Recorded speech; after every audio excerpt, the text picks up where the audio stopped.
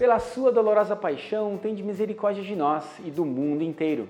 Olá para você que acompanha mais esse programa Arte da Vida. Nós estamos exatamente no meio da temporada que se chama Creio, temporada onde nós falamos a respeito da fé da nossa igreja católica, as belezas que nós temos como grandes tesouros. E justamente o ápice, a parte central da nossa fé católica, está ali na questão da morte, da paixão e da ressurreição de Jesus. E ao longo da história, muitos tentaram retratar em filmes ou ilustrações essa grande realidade, mas até agora ninguém conseguiu se aproximar daquele Deus que realmente entregou o seu Filho para que nós pudéssemos ter vida e vida em abundância. A paixão e a morte de nosso Senhor Jesus Cristo é uma das cenas mais representadas em todo o mundo, seja nos filmes, seja nos quadros, seja nas peças de teatro, mesmo que seja naquele teatro da sua paróquia, na Sexta-feira da Paixão de Nosso Senhor. É uma das cenas que todo mundo conhece. A pessoa olha, ela sabe do que nós estamos falando. A cruz é o sinal que representa, é o sinal que mostra e que identifica os seguidores daquele que foi como ovelha muda até o matadouro, que foi obediente até a morte na cruz. É o símbolo daqueles que querem se doar como seu Senhor e Mestre. É o símbolo daqueles que querem ir até o fim, por amor, por obediência, por temor a Deus. E como diz aqui a carta de São Paulo aos Filipenses, ele, apesar de sua condição divina, não fez alarde de ser igual a Deus, mas se esvaziou de si e tomou a condição de escravo, fazendo-se semelhante aos homens e mostrando-se em figura humana. Humilhou-se, tornou-se obediente até a morte, e morte de cruz. Por isso Deus o exaltou e lhe concedeu um título superior a todo título, para que diante do título de Jesus todo joelho se dobre, no céu, na terra e no abismo, e toda língua confesse, para a glória de Deus Pai, Jesus Cristo é o Senhor.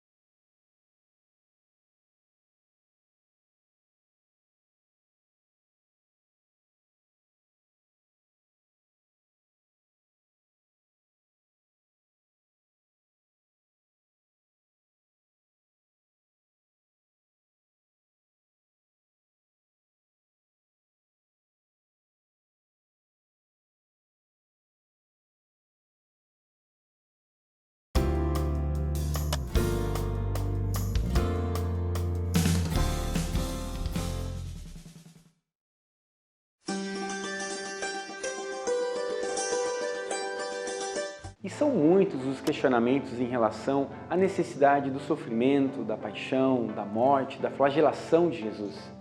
E a gente às vezes se pergunta, será que Deus Pai sabia que Jesus morreria? Será que Deus Pai queria que Jesus morresse? Será que Jesus poderia ter descido da cruz? E para nos ajudar a aprofundarmos ainda mais essa reflexão desse momento onde a igreja nasce, convidamos Paulo Rafael para que possa nos apoiar com uma explicação que vai levar a formação até o nosso coração. Olá, irmãos que nos acompanham pelo nosso programa aqui, o Arte da Vida, e nós hoje estamos continuando então a nossa meditação sobre o credo, o credo apostólico, o nosso símbolo da fé. Você que nos acompanha sabe que todas as missas a gente novamente renova ali, faz a nossa profissão de fé. Significa que a gente publicamente professa que nós cremos em Jesus Cristo, que nós cremos no Pai, nós cremos no Espírito Santo, na ressurreição dos mortos. E hoje, de forma particular, a gente vai pegar aquele trecho que diz o seguinte: padeceu, foi crucificado, morto e sepultado, né? Entendendo que a essência do cristianismo, a essência da nossa fé cristã, ela está resumida ali no credo apostólico. Então, quando a gente reza o credo, a gente quer... Qual é a essência do cristianismo? Uma resposta rápida para isso é o credo. Quando eu rezo o credo, ali dentro tem todos os elementos necessários para a gente poder professar nossa fé. O que tem de diferente no fato de a gente ser cristão é o próprio Cristo que está dentro da nossa fé. Então, de forma particular, a gente vai continuar então a nossa meditação e tem algumas perguntas que vão aqui nos nortear para que a gente possa, então, não se perder no meio do caminho. São várias perguntas, então a gente vai uma de cada vez. Então, o momento que a gente está aqui meditando, tem uma pergunta muito interessante, que é: Jesus sabia que ia morrer?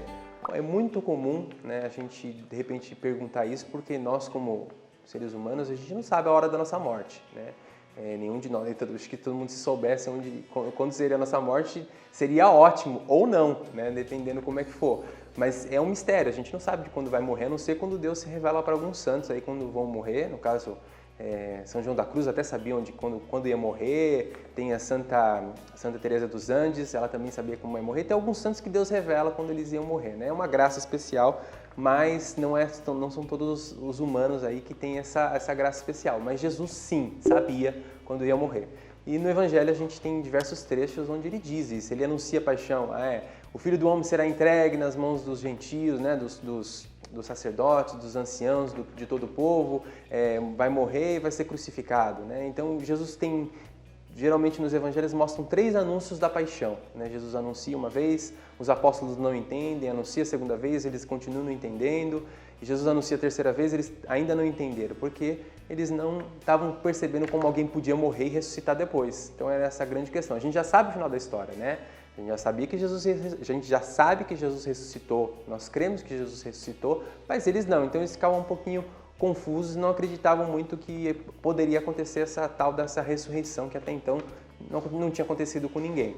Então existe sim, né, Jesus, como ele era Deus e ele tinha essa profunda intimidade com o Pai, ele sabia sim que ele iria morrer. Segunda pergunta, por que ele precisou de morrer? Aí essa pergunta também ela é muito interessante, porque a gente fala, nossa, mas Jesus morreu de forma tão cruel, né? Será que ele precisava de morrer? Se ele viesse aqui e só aparecesse, já não salvava os seres humanos, né? Por que precisou de toda essa violência? Por que ele tinha que morrer, né? Agora, para poder responder essa pergunta, a gente tem que lembrar lá do Antigo Testamento, né? No Antigo Testamento a gente percebe que Deus ele quis fazer uma aliança com o povo, né? Então lá no Gênesis, Deus ele cria o homem, lá a gente percebe aquela passagem lá de Adão e Eva. Depois Deus faz a primeira aliança com o povo, né? Depois que o homem peca, né? Faz a aliança com Noé. E aí depois tem a outra aliança com Abraão. E aí vai toda a história de Israel até chegar lá de novo na aliança no Sinai com Moisés, né? No monte onde Deus dá os mandamentos. E a gente percebe sempre Deus que faz aliança com o povo, né? E aí depois naquele período ali passando ali de Moisés, a gente percebe que naquele período lá já está acontecendo já os certos sacrifícios, né? Então, para expiar os pecados do povo, existe ali um momento onde eles fazem entregas seja lá de uma ovelha, de um carneiro, eles fazem holocaustos, né? Tem um holocausto de pequenos animais, de grandes animais, e tudo isso para redimir, digamos assim, o pecado do povo, porque o povo ele fere a aliança com Deus, o homem é infiel a essa aliança que Deus fez com o homem, e aí ele tem de alguma maneira querer, pelo sangue de um animal, refazer então essa aliança.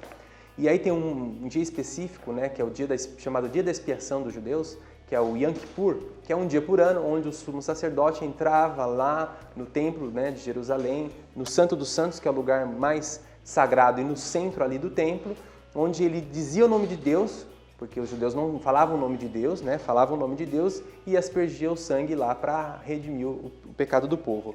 Então era um dia chamado Dia da Expiação, onde esse sangue desse animal sacrificado purificava os pecados dos homens. Então era necessário sim que ele morresse, porque aquele sangue daquelas vítimas do Antigo Testamento, elas não eram necessárias, elas não conseguiam, digamos assim, expiar todo o pecado do povo. Então foi necessário que, de fato, de forma justa, Deus se encarnasse, se fizesse homem, assumisse ali então a natureza humana e se fez pecado por nós. Então morresse e expiasse esse pecado que nós cometemos, ele sem pecado, ele não tinha pecado, e dessa maneira nos redimisse, né? Então foi necessário que Jesus ele morresse para, né, fizesse a justiça divina, digamos assim, de alguma maneira, e a gente pudesse ter acesso novamente a Deus.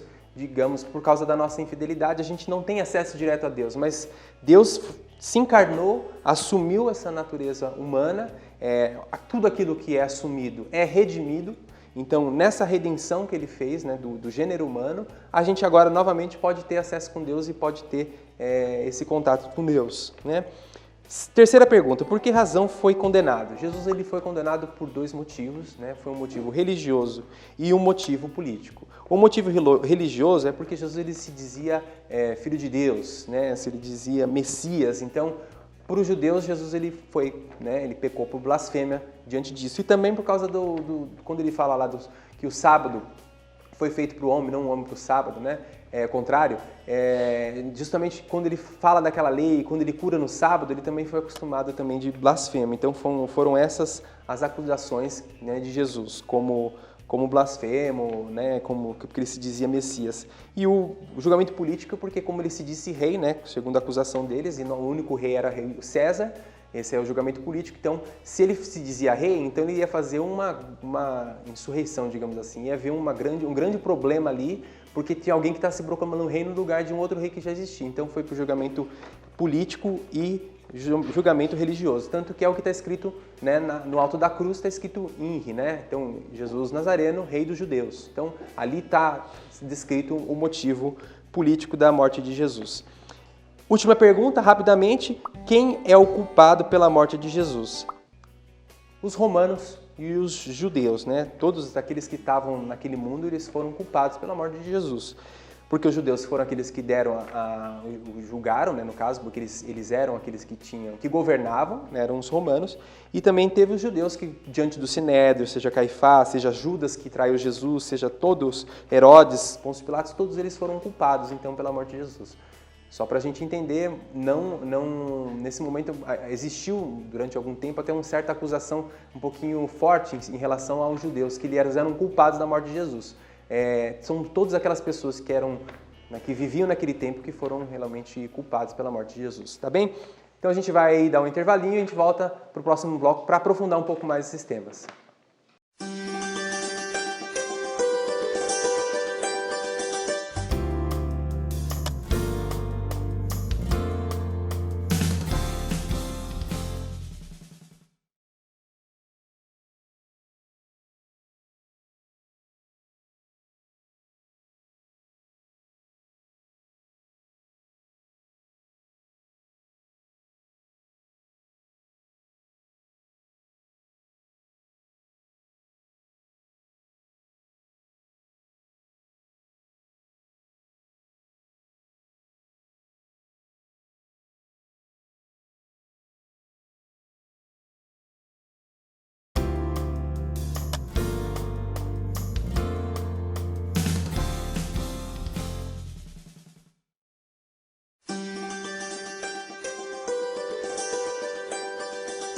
Será que Jesus poderia ter nos redimido de outra maneira? Esta seguramente é uma pergunta que passa pela cabeça, pelas mentes da maioria dos cristãos em todo o mundo. São Paulo, apóstolo, em sua carta aos Coríntios, ele disse: "A linguagem da cruz é loucura para aqueles que se perdem, mas para aqueles que foram salvos, para nós, é motivo de força divina." O texto bíblico diz que Jesus se igualou a nós em tudo, só não no pecado. Pela graça do batismo, nós nos transformamos, nós nos tornamos cristãos, outros cristos. Portanto, nós também devemos assumir a nossa cruz, até porque Jesus nos dá essa condição. Quem quiser me seguir, tome a sua cruz, renuncie a si mesmo e me siga. Voltamos então, irmãos, aí no nosso Arte da Vida, continuando a nossa reflexão nesse terceiro bloco, para responder um pouquinho algumas perguntas em relação ao nosso credo, à nossa fé. A gente está falando de Jesus e a gente está falando sobre aquele trecho do credo onde fala que ele padeceu, foi crucificado, morto e sepultado, né? Agora vamos lá, voltando então às perguntas, né? Deus quis a morte de seu filho? Essa é uma pergunta interessante. Eu falo assim, mas Deus, ele sendo tão misericordioso, por que ele deixou Jesus morrer, né? Se a gente vai voltar lá no Antigo Testamento, existe o momento do sacrifício de Isaac, né, que Deus pede para Abraão. Imagina, Isaac era o filho da promessa, Abraão já estava idoso, tinha demorado 30 anos para chegar lá a promessa de Isaac, aí ele teve Isaac com muito custo, e aí Deus pede para Abraão sacrificar Isaac. Na hora que Abraão vai sacrificar Isaac, aparece o anjo lá e fala para que ele não sacrifique seu filho e tudo mais, né? E aí apareceu lá depois, né, que ele fala que o anjo mostrou lá um animal e ele sacrificou depois. Então, Deus ele foi muito misericordioso assim naquele momento, mas ele poupou o filho de Abraão, mas o seu próprio filho ele não poupou, né? fazia parte do plano de Deus salvar o ser humano através da redenção do seu Filho. Então, existe realmente, dentro do plano divino, que Jesus se encarnasse e ele redimisse o homem, né? Agora, a gente pode dizer, se Jesus quis ir na direção da cruz e morrer daquela maneira, isso pode ser até, digamos assim, discutível, porque na verdade foi uma consequência do amor dele, foi uma consequência dele anunciar a verdade, foi ele morrer na cruz naquele tempo daquela maneira. Então é importante a gente entender que isso fazia parte do plano salvífico de Deus. Segunda pergunta, Cristo não podia nos redimir de outro modo? Essa resposta eu já comecei a dar, né? Então ele não poderia de redimir de outro modo, né? Isso aí eu falo segundo São Tomás de Aquino, ele explica muito bem isso, né? Porque Deus, na plenitude dos tempos, ele enviou o seu Filho. E naquele momento, onde Deus envia o seu Filho, a sociedade, o mundo estava daquela maneira e como eles tinham consciência de que a consequência do anúncio do amor do Filho dele daria numa morte violenta, né? Não necessariamente poderia ser, de repente, até em outra forma, mas a gente sabe que aquela forma de se sacrificar na cruz, se redimir o homem, né, pela cruz, é a forma onde ele mais demonstrou o amor dele por nós, né? Era uma morte humilhante, a morte de cruz. A morte de cruz, ela era somente para escravos, eram para pessoas que eram ladrões, assassinos. Então foi muito humilhante. E ele sendo Deus, né, Deus ele amou tanto o mundo que ele entregou o seu Filho. Então a entrega pode parecer assim, nossa, mas Deus ele entregou aquilo que ele mais amava, parece que, será que ele dá a sensação como se ele não amasse, mas é justamente isso. A lógica de Deus, a lógica do amor de Deus é essa, né? É dar, né? Quando você ama, você dá. Então Deus deu aquilo de mais precioso para nós, para nos amar, né? E para que a gente pudesse de fato ter uma vida verdadeira. E além disso, poder participar dessa vida divina, né? Jesus ele vem trazer esse acesso ao Pai novamente, que tinha sido quebrado pelo pecado. Então ele morrendo, ele é levado, né, depois a Deus, e nós junto com ele subimos junto com ele a Deus novamente, né? Temos acesso de novo ao Pai. Continuando, como cristãos devemos levar a nossa cruz? O que significa isso? De forma concreta no nosso dia a dia, né? A gente sabe que tem muitos sofrimentos que nos encontram no dia a dia. Pode ser, de repente, a doença de uma pessoa querida, né? Pode ser a morte até de um ente querido, pode ser um filho que, de repente, está na droga, o esposo que está no problema de álcool. Tem diversos problemas que a gente vê, e no dia a dia também. Às vezes a gente pegando o ônibus ali lotado de gente, o metrô com muita gente. Aqui em São Paulo é muito comum acontecer isso, e são momentos que a gente tem que unir o nosso, digamos assim, nosso sacrifício, a nossa dor, a nossa cruz ali com o sofrimento de Cristo. Por quê? Ele, como se fez homem, ele sabe o que a gente está vivendo, ele sabe do meu sofrimento, ele sabe do seu sofrimento.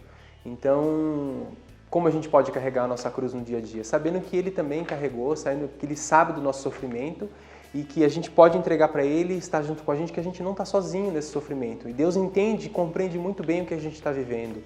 A gente não está abandonado nesse mundo. Deus é o nosso grande companheiro, Deus é o nosso grande amigo.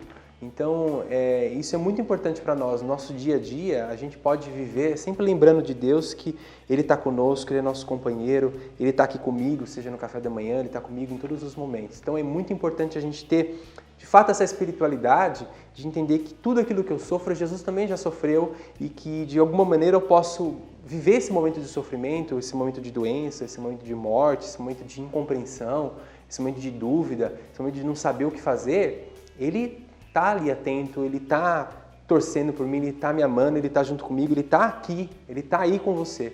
Então esse nosso Deus é um Deus presente, que ele se fez homem, então se fazendo homem, ele sabe muito bem do que nós sofremos e vivemos, né? Então é importante a gente ter essa espiritualidade. Então significa isso, viver no dia a dia com o nosso sofrimento, sabendo que Cristo é nosso amigo, Ele está lado a lado conosco, ombro a ombro conosco. É uma alegria estar com vocês aqui. Deus abençoe que você no seu dia a dia aí possa viver então unindo o seu sofrimento ao sofrimento de Cristo. Deus te abençoe. Fora da cruz não há outra escada por onde se suba ao céu, já nos lembrava Santa Rosa de Lima. Por essa razão que eu convido você a, no dia de hoje, assumirmos com alegria a nossa cruz. Essa cruz que foi o mais belo e o mais forte, mais contundente exemplo de nosso Deus amado, Ele que se entregou para nos alcançar o paraíso.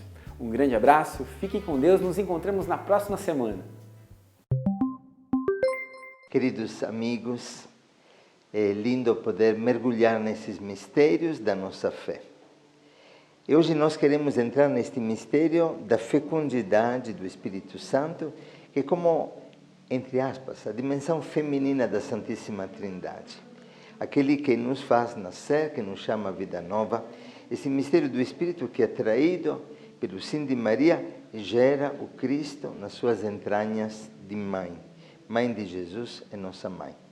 É maravilhoso aquilo que acontece quando Maria se faz presente, intercedendo para nós.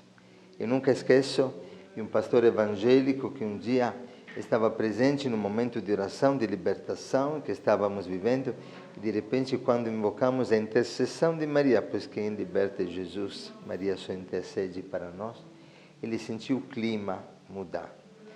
Quando Maria se faz presente, o clima espiritual muda. Nós sentimos o desejo de uma maior intimidade com Deus, o desejo de voltar para o Senhor. E por isso agora nós vamos orar. O Espírito Santo, Senhor que dá vida. O Espírito Santo, nós te pedimos. Em nome de Jesus. Que você possa nesse momento alcançar todos os nossos ouvintes, telespectadores, que você possa entrar em todos os lares, soprar com força, derrubando todas as barreiras que nos impedem de acolher a tua presença. Espírito de Deus, você sempre chega para gerar Jesus.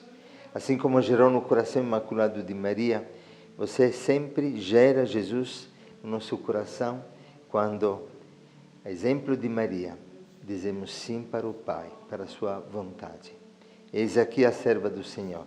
Faça-se em mim segundo a tua palavra. Diga isso, filho, em casa neste momento. E repetindo estas palavras de Maria, eis aqui a serva, o servo do Senhor. Faça-se em mim segundo a tua vontade.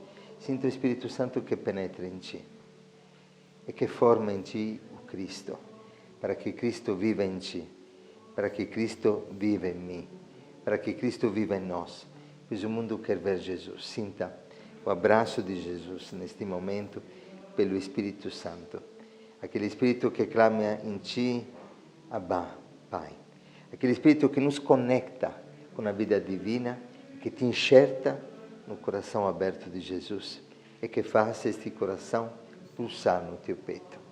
Coloca a mão no teu coração e peça, vem Espírito Santo, pela intercessão da Imaculada Virgem Maria. Que o teu amor, o Pai, o amor do teu Filho Jesus, habitem agora na nossa vida e no nosso coração. E que este amor possa transbordar e se irradiar sobre todos aqueles que nos encontram. A graça de Deus esteja contigo, eu te abençoo de todo o coração. Em nome do Pai, do Filho e do Espírito Santo. Amém.